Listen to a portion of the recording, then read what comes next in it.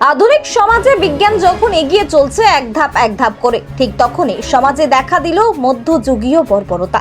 ঘটনাস্থল পূর্ব মেদিনীপুর জেলার এগরা 2 নম্বর ব্লকের দেশবন্ধু গ্রাম পঞ্চায়েতের নরাজপুর গ্রাম, যেখানে ক্ষতি করে দেওয়া হলো কয়েক লক্ষ টাকার চাষাবাদ। বয়কট করা হয়েছে সমস্ত সামাজিক অনুষ্ঠানও। এমনই অভিযোগ উঠল পূর্ব মেদিনীপুর জেলার এগরা 2 নম্বর ব্লকের দেশবন্ধু গ্রাম পঞ্চায়েতের নরাজপুর গ্রামে। গত 2023 সালের 5ই আগস্ট নরাজপুরের বাসিন্দা ভবানী খাড়া নামের এক বৃদ্ধা শারীরিক অসুস্থতার জেরে মানসিক অবসাদগ্রস্ত হয়ে আত্মহত্যা করেন। কিন্তু গ্রামবাসীদের অভিযোগ ছিল বৃদ্ধার ছেলে মনোরঞ্জন খাড়া ও বৌমা সৌদামিনী খাড়া চক্রান্ত করে ওই বৃদ্ধাকে প্রাণে মেরে ফেলে। ঠাকুমা যখন মারা গেছিল তখন গ্রামের সবাই এসে বাড়িতে এসে চড়াও হয়, বলছে যে বাড়ির সবাই মিলে মেরে দিয়েছে, কিন্তু কেউ কিন্তু মারেনি। উনি অসুস্থ ছিলেন, ওনার হেপাটাইটিস বি ছিলেন, উনি খুবই অসুস্থ ছিলেন। বলতেন আমার খুব গাজলা হচ্ছে, এ করছে। দিয়ে মাসি 2011 সাল থেকে ডাক্তার দেখায়, সব রিপোর্টই দেওয়া হয়।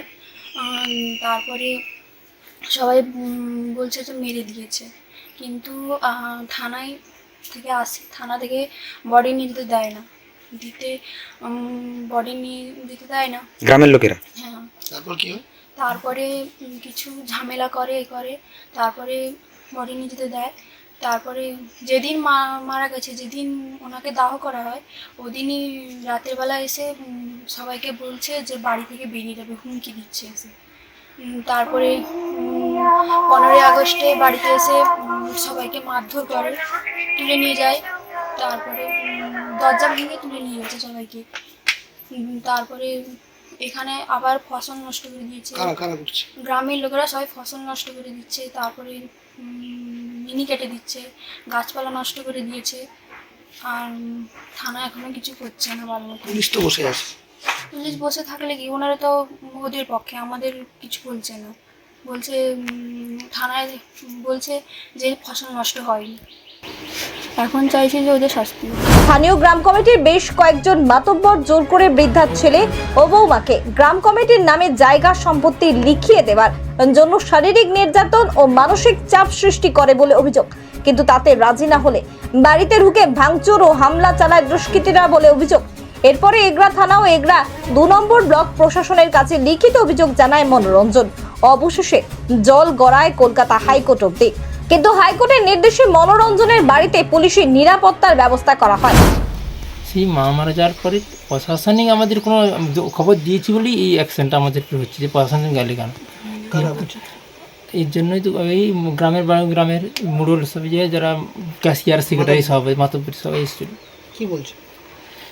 তোমাদের জায়গাপত্র যে দিতে হবে, আমাদের মা মারা গেছে, তুমি মেরে দিয়েছো, জায়গাপত্র দিতে হবে। কেন দিতে হবে সেটা বলা যাবে, তুমি মেরে দিয়েছো তুমি। আমি আইনও আমার ব্যবস্থা নেই, আইন যদি বলি যে আমি দোষী, তাহলে আমার দোষী ব্যবস্থা। 2.5 বিঘা জায়গা নিয়ে বলছি, 10 লক্ষ টাকা নিয়ে বলছি। হ্যাঁ, প্রশাসনকে জানানো হয়েছে, এটা 5ই আগস্ট থেকে তো চলছে এই ঘটনাটা। এখন তার কোনো সুরাহ হচ্ছে না।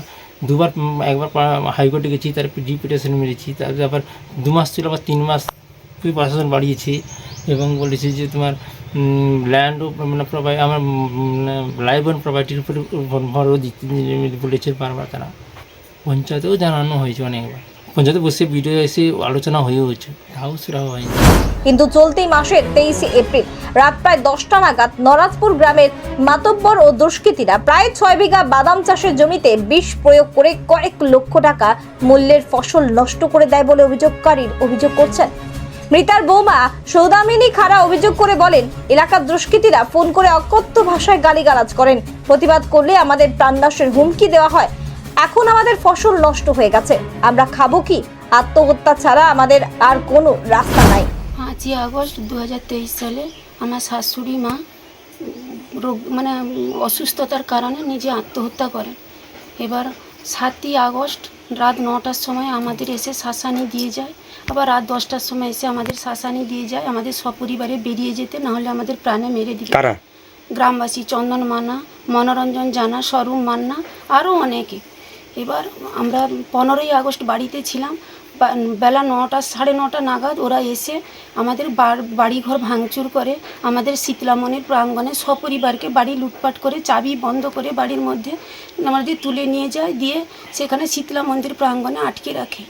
অনেক সাদা কাগজে সই করানোর পরে আমার স্বামী এবং ছেলের কাছ থেকে সই করার পরে আমাদের ছাড়ে। আমি হসপিটালে ভর্তি থাকি 3 দিন, প্রশাসনে জানিয়েছি, তবু কিছু কাজ হয়নি। আবার আমাদের মানে মাঝ মাঠে মিনি ডিপটেলটা কেটে দেয়, আমাদের ফসল নষ্ট করে দেয়, গাছপালা কেটে দেয়। তারপর আমরা বারবার প্রশাসনে গিয়ে কোনো বিচার পাইনি বলে আমরা মহামান্য হাইকোর্টে আমরা দ্বারস্থ হই। হাইকোর্টের অর্ডার মানে রায় অনুযায়ী আমাদের 2 জন পুলিশ এবং 1 জন সিভিক আসে, এখানে বাড়ি পাহারা থাকে। তা সত্ত্বেও মাঝ মাঠে মারপিট হয়, আমাদের পাইপ ছাটাছাটি করে, মিনি চালাতে দেয় না।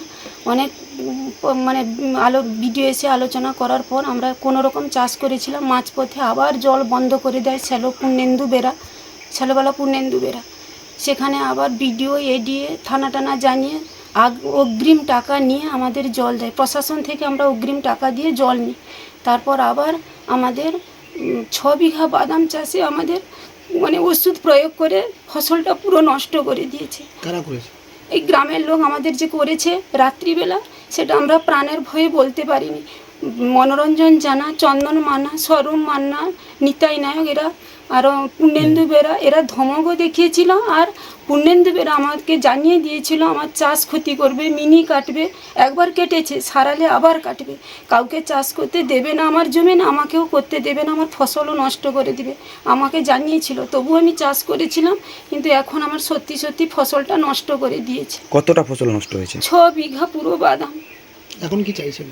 এখন চাইছি, আমরা তো আর বাঁচতে পারবো না, না খেতে পেয়ে মরে যাব, আমাদের প্রাণে মেরে দেওয়ার হুমকি দিচ্ছে। পুকুরে বিষ ঢেলে মাছও মেরে দিবে বলছে। তাহলে আমরা কোথায় গেলে সুবিচার পাবো? এখানে মহামান্য আদালতে রায় দিয়েছে, দ্বিতীয়বার আমরা রিপিটিশন করি।